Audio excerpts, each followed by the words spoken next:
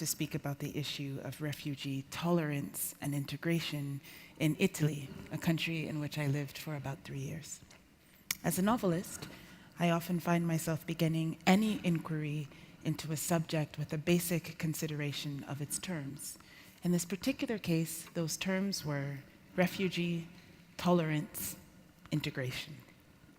A refugee, Wikipedia told me, is a displaced person who has been forced to cross national boundaries and who cannot return home safely.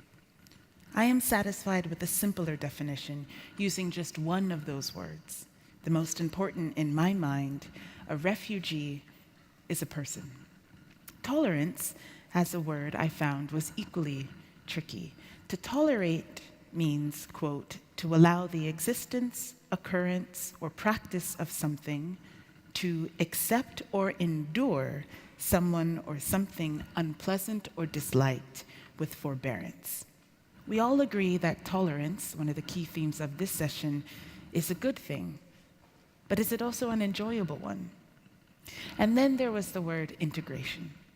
Integration, the dictionary told me, is the movement of, quote, refugees and underprivileged sections of a society into its mainstream. To be integrated as a social group is to come to be included in the dominant culture. This offered me pause. To ask how to integrate someone into a community or how to tolerate her in the same, we must first believe that this someone is a passive actor to be absorbed or tolerated. I know this well. As some of you may know, I was raised by a wonderful and wonderfully focused mother, the African version of a tiger mom, what I like to call a panther mother. At the elite institutions to which our mother sent us, my twin and I were often the only brown-skinned students. How were we to be treated with tolerance by the predominantly white student body? As well-intended as the question was, those who ask it are concerned, after all, that the people being integrated or tolerated not experience alienation or exclusion. It always troubled me. Why should I be integrated into or tolerated by a culture, I wondered, obliged to participate in sameness, rather than that culture's expanding to include my difference? Why can I not change the spaces I inhabit as well as being changed by them? And why can't refugees? As Taiye mentioned, I gave a TED Talk not long ago on this subject, on the ways in which we are all best understood in terms of culture, in terms of locality. Like many here in this room, I'd guess, I've lived a life that has given me ample opportunity to consider that wonderful, wonderful question, where do you come from? I have heard some version of that question at least once a day, most probably more, since I was about the age of 5 years old. I do not exaggerate in the slightest when I say that in my lifetime, I have been asked where I come from a minimum of 10,000 times. You'd think that after hearing one question 10,000 times or more, someone could think up a halfway decent answer. But my questioners are never satisfied. Where do you come from, they ask. Which country? And the truth of the matter is, I don't know. I've never known. I was born in a country called England. I was raised in a country called America. My mother is said to come from a country called Nigeria, was born in that country called England, and has lived for 15 years in a country now called Ghana. My father comes from that country called Ghana, was born in an English colony called Gold Coast, and has lived for over 35 years in an 85-year-old kingdom called Saudi Arabia. I spent 3 years in a country called Italy, and now live in this country called Germany, a country, incidentally, that didn't exist in this form when I was in grade school. The country called Ghana didn't exist when my Ghanaian father was in grade school, neither the country called Nigeria when my Nigerian mother was born, and so forth. Countries, for me, have always seemed, to quote from Pretty Woman, like slippery little suckers, but it wasn't until grad school that I understood why. I'll never forget, at the beginning of my MPhil in International Relations, discovering the concept of the sovereign state. This was 2002. The United States was waging yet another war with Iraq. I'd gone to England to graduate school in large part to learn why. Who was this America? The soldiers? The president? Me? Waging war. Why, I wondered, did we speak about countries as if they were singular things? When, at Oxford, I learned of the Peace of Westphalia, that is, when I learned that the sovereign state had a beginning, 1648, and therefore might one day have an end, I've said I felt a kind of bodily relief. It was just as I thought. Countries were ideas. Countries are imaginary. Human beings are real. A real thing can't come from an imaginary thing. A real thing must come from real things. Real things are the weather outside, the friends we cherish and see every week, the family we cherish and miss every day, the coffee we drink every morning. Real things are the bar we love, the faith we practice, the team we support, the smells, those very particular smells that remind us instantly of home. Real things are my dad's couch in New Jersey, my favorite neighborhood osteria in Rome, my mother's plants in Accra, my love of these places and these people. These things are real, what I call rituals and relationships. These are the real things that shape who we are. All identity is experience, I've said, and all experience is local. The sum of our local experiences, this is who we are. And so to come to the question of tolerance and difference, a question that I locate in the context of refugees in Europe, I find myself wishing to redefine the terms. What if we thought of refugees as locals rather than nationals? Would we still then need to tolerate their presence? What if we thought of refugees as the newest locals on the block? At what sites then would we define this difference? No two locals of one community will have exactly the same rituals, and the beauty of locality is that they needn't. One of the things that makes me feel like a local in Rome, for example, is going to the mercato to buy my fruits and vegetables. For others, my Somali friends born and raised in Rome, for example, it is saying their morning prayers as the sunlight slips in, dappled through the Roman pines. Is my ritual any more Roman than theirs? Am I any more or any less of a local than these friends? No. My locality may be newer, fresher, but it is still legitimate. It is human. It is lived. It is real. The question is not which different rituals, but what new rituals refugees bring to a locality, and how can these rituals expand that locality itself. My mother, for example, whom I like to think of as a Nigerian refugee to Ghana, has a ritual of walking every morning. It's not a common practice in Ghana, but it's one of the things that makes her feel at home in Accra. The last time I noticed that several Chinese immigrants to Ghana have also taken up walking in the morning. And I wondered, what happens if these two groups of walkers begin talking to one another?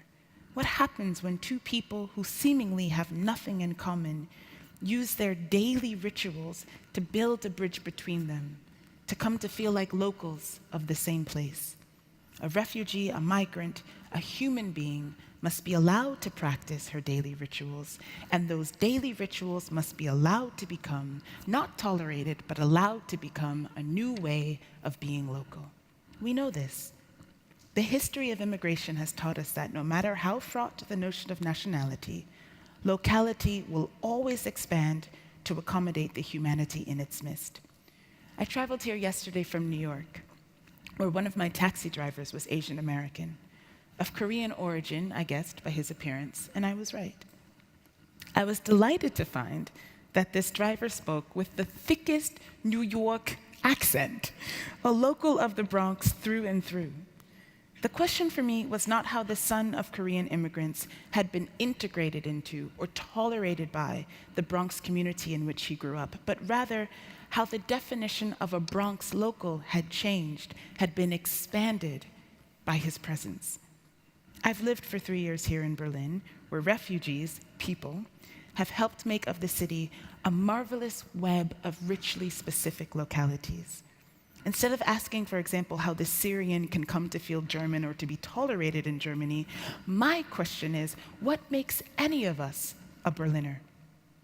Passing through Istanbul very recently, I smiled at how familiar I found the food, not because I've spent any time in Turkey, but because I live here in Berlin. Berlin's local identity is shaped by Turkish cuisine. Zimmet may never become a German staple, nor need it, but a good Turkish breakfast is in every way a local Berlin ritual. Where we start speaking about Berlin locals rather than German nationals, or worse, refugees in Germany, we start speaking about humanity at the level at which it occurs. Here, the question is not, how can I tolerate your difference? But how does our presence here together make this place fundamentally, this locality, different than it was before? Immigrants have always expanded the definition of what it means to be local. Our work is to accept this expansion, not to tolerate its authors, and to expand our perceptions too. Still now, when we hear the word Berliner, we may not picture the taxi driver who brought me here. We might imagine a Wurst-eating, beer-drinking German with white skin. But any local of this city knows that that picture is grossly limited. Our work, the work of any community, is to expand our perception to match our reality. That reality is defined by migrant locals. In 2015, according to the UN Population Division, the number of international migrants, that is, people living in a country other than where they were born, reached 244 million, a 41% increase compared to the year 2000. 244 million human beings living away from home, wherever home is or wherever home was. This is the reality of our world: movement, flow, mobility. We can see this here. How many of you have children? Please raise your hand. Okay, any of you? Okay. And how many of you were born in exactly the same city as your first child? Just a few of you. And if you could raise your hand if both of your parents were born in the same city? Just a few of you. Any here? No? And raise your hand if you live now in exactly the same city in which you were born. Just a few of you. This is our reality. The old way of seeing the world says we come from countries. And just as we come from countries, they come from those other countries. And as they come from those other countries, they are not like us. And as they are not like us, the best we can do is tolerate them. It is okay if they are oppressed in their countries, or devastated by civil war, or left to die at sea, for they are not like us. I've said that a worldview based on countries is a worldview based on borders, and a worldview based on borders is a worldview based on indifference. As soon as something can be said to fall outside of our borders, then we don't have to care anymore. This is the old way of seeing the world. Our time will be remembered as being defined by the movement of people. We see that here. The new way of seeing the world says these people are just like me. They have their rituals, they have their relationships, they face their restrictions, they come from the same real things that I come from. Our experiences may be different, but we all come from human experience. There are no fixed borders within ourselves and no fixed borders between us. In this framing, the rituals of refugees become new local rituals. Refugees become the new locals on the block rather than the other, rather than foreign nationals in need of new national identities or national tolerance. Existing locals experiment with the rituals of their newest neighbors, and a new locality is born. A new locality expands.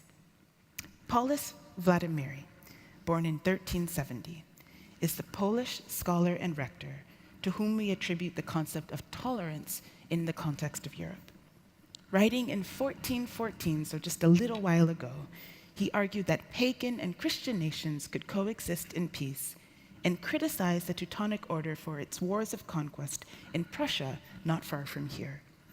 All of these centuries later, our challenge remains the same: to reimagine tolerance, to reimagine difference as empty terms, to situate our understanding of one another at the site of the local, but most importantly, at the site of the human, where what we see is sameness. To accept, as history obliges us, the constructed nature of something like nationality. To accept that the Italianness, for example, of a sailor from Sicily, or a farmer from South Tyrol, or a refugee from Eritrea are equally imaginary, is to accept that anyone can be a citizen. No one in our midst need be tolerated, for no one in our midst is that different. A refugee, a human being, has as much of a right to safety as anybody else in that view. That refugee, that person, is simply a multi-local looking to forge from rituals and relationships a new sense of home in the world. Our work, I believe, as I've said, is not tolerance, but as locals too, to simply allow this, to allow ourselves and our localities to be expanded as they have always been expanded throughout history by the human beings in our midst. Thank you for your time. Thank you for listening.